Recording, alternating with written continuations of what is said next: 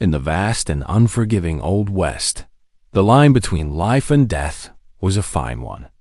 But what happens when death knocks on a man's door and, instead of taking him, leads him to a new destiny?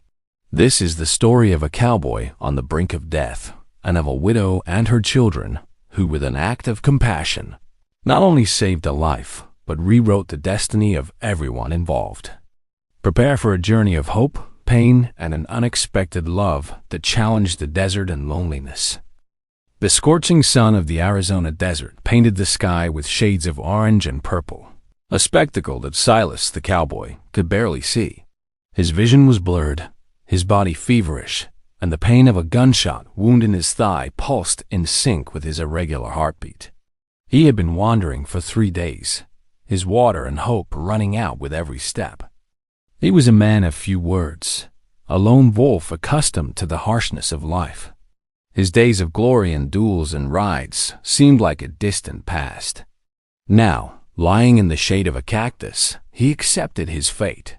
The image of his parents, who abandoned him in an orphanage, and of Sarah, the woman he loved and lost to tuberculosis, flashed like a movie in his mind. He thought about his life, the mistakes he had made, and the few joys he had. The life of a cowboy was cruel, and for him, there were no regrets.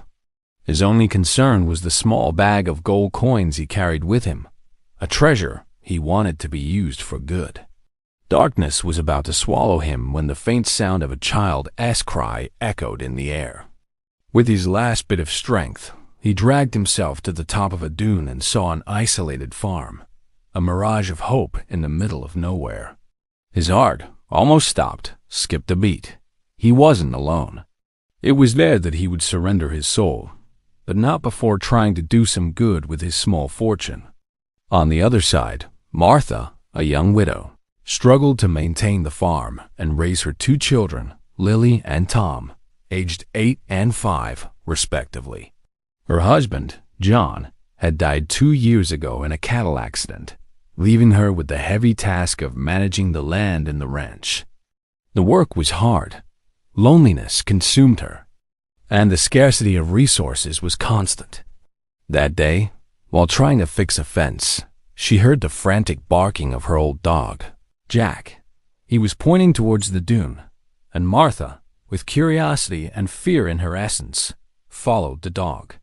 Her heart froze when she saw the body of an injured man fallen on the sand. At first, she thought of running away, but when she saw the frightened child behind her, she knew she couldn't. She was that man's only hope, just as he, perhaps, was the only hope for her family.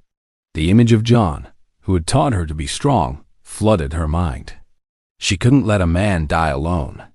And so, with the help of her children, she dragged the cowboy into her house, beginning a journey that would change the destiny of all of them. Silas woke up days later, smelling bean soup and feeling the warmth of the sun entering through the window of a small cabin. The shot in his thigh had been cleaned and bandaged. He felt weak, but alive. His memory, however, was fragmented, with the last recollection being of being dragged by a woman with brown hair and blue eyes. The same one who was now in front of him, holding a bowl of soup. She was the widow, Martha, and the 2 little ones, who were watching him with curiosity, were her children. Silas, accustomed to loneliness, felt a discomfort. He had never been cared for, had never been loved. Martha, on the other hand, felt she was in a delicate situation. The farm was on the verge of bankruptcy. The cattle were sick, and the crops were dry. And to make matters worse, the local sheriff, a greedy and corrupt man, had his eyes on her land. He constantly harassed her, promising to help her in exchange for favors. Martha felt cornered, but she didn't give up. She saw in Silas a chance for a new beginning, a new hope. But, at the same time, she was afraid. What would he do when he recovered? Would he be a good man or a bad one? Silas, despite his weak body, noticed the sadness in Martha's eyes. He, who had never cared about anyone, felt an unexpected compassion. He remembered the promise he had made to himself to do good with his gold. And with a weak smile, he began to tell his story, hoping that by opening up, he could win the trust of Martha and her children. He told her about his life as a cowboy, about the loss of Sarah, and about his bag of gold. He told her about his wish for the gold to be used for good, to help a family in need. And, with a lump in his throat, he looked her in the eyes and said, "I want the gold to be yours, for you and your children." Martha, in shock, didn't know what to say. However, the unexpected happened. While Silas was recovering, he noticed that the farm was in a state of abandonment.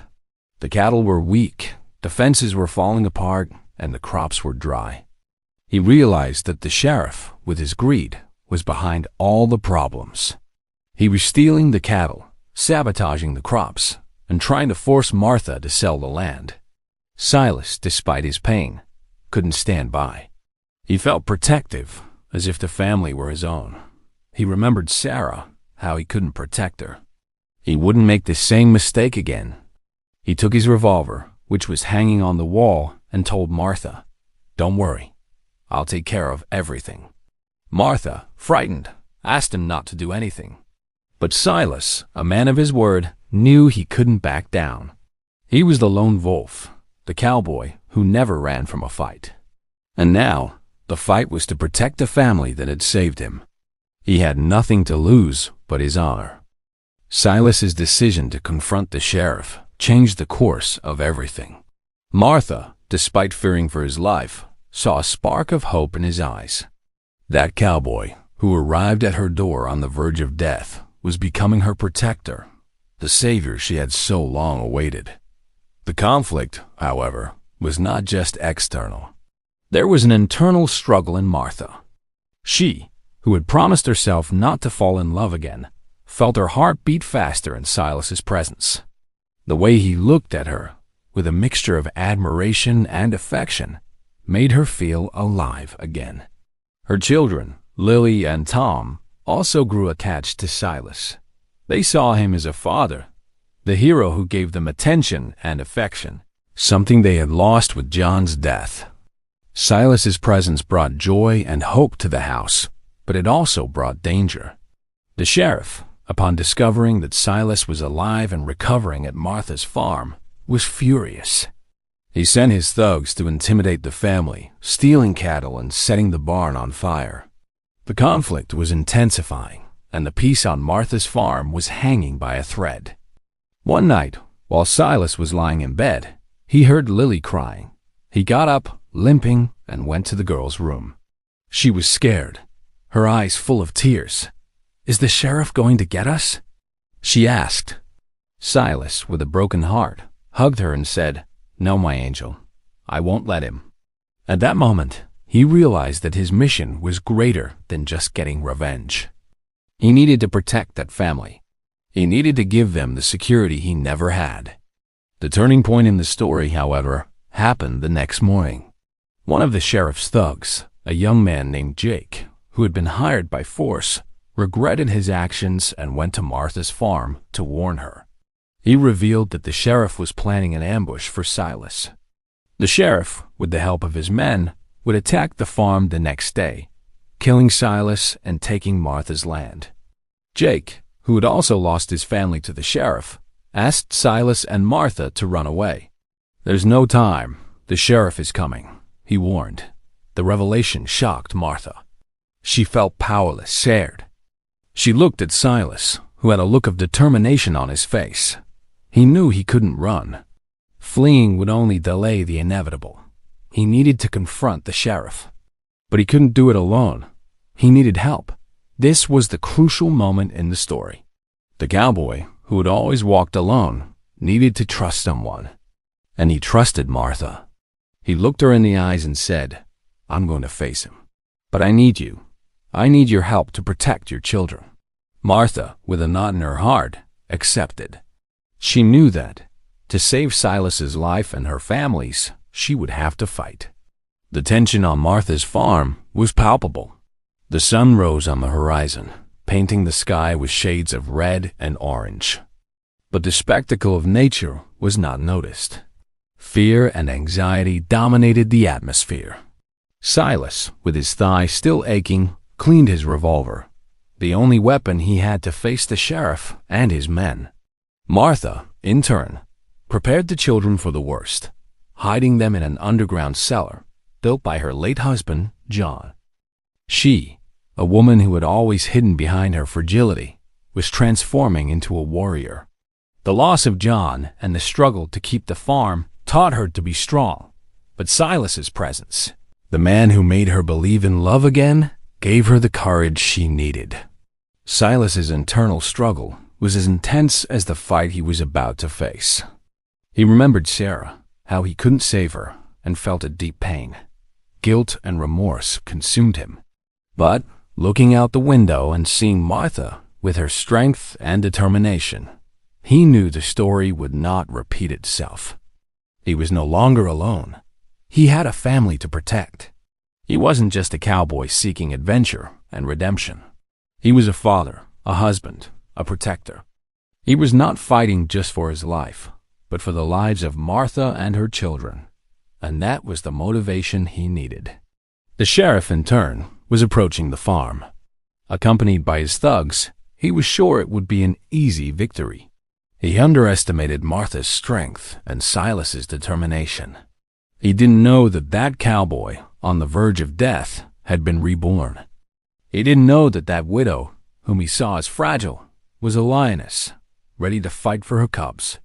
The conflict was about to begin. The Old West, with its cruelty and violence, was about to witness an epic duel. A duel of love and hate, of greed and honor, of life and death. The sheriff's arrival at the farm was a moment of chilling silence. The wind was blowing, the sun was burning, but the loudest sound was the panting of Martha and Silas. The sheriff, with a sneer on his face, approached the door and said, "Come out, cowboy. There's no way to run. I'm going to take the land and the woman, and you're going to die like a coward."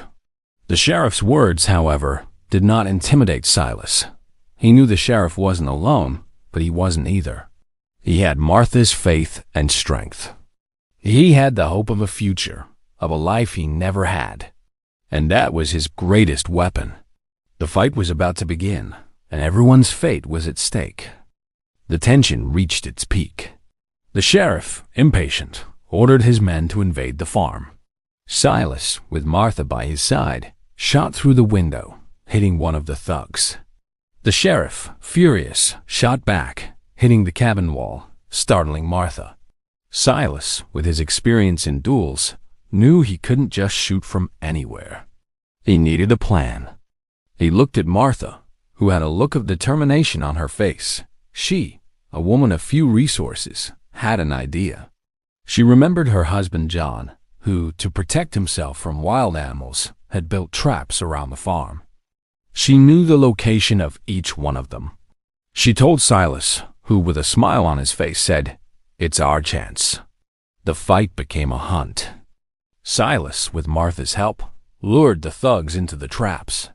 One of them fell into a deep pit. The other was caught in a net. The sheriff, seeing his men fall one by one, realized he had underestimated Silas and Martha.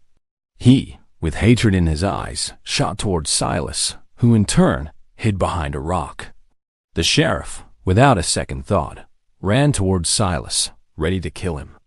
But he didn't realize that Martha, with a knife in her hand, was behind him. She, a woman who had never harmed a fly, stabbed the sheriff in the back, making him fall. Silas, taking the opportunity, shot the sheriff who, in his last breath, said, "You won't get away with it." But Silas, with Martha's help, did get away with it. The fight was over. The thugs fled, the sheriff was dead, and the farm was at peace. Martha, with trembling hands, hugged Silas. She, who had become a warrior, was back to her fragility. Silas, with a heart full of joy and relief, hugged her back. The two, who met in a life-or-death situation, were now united. Fear and uncertainty were replaced by love and hope. The story, which began with pain and loneliness, was transforming into a story of love and a new beginning. The children, Lily and Tom, came out of the cellar, and, upon seeing their parents together, with the farm at peace, they ran into Silas's arms, who hugged them as if they were his own. Martha's farm prospered. With Silas's gold money, they bought new land, hired workers, and built a new barn.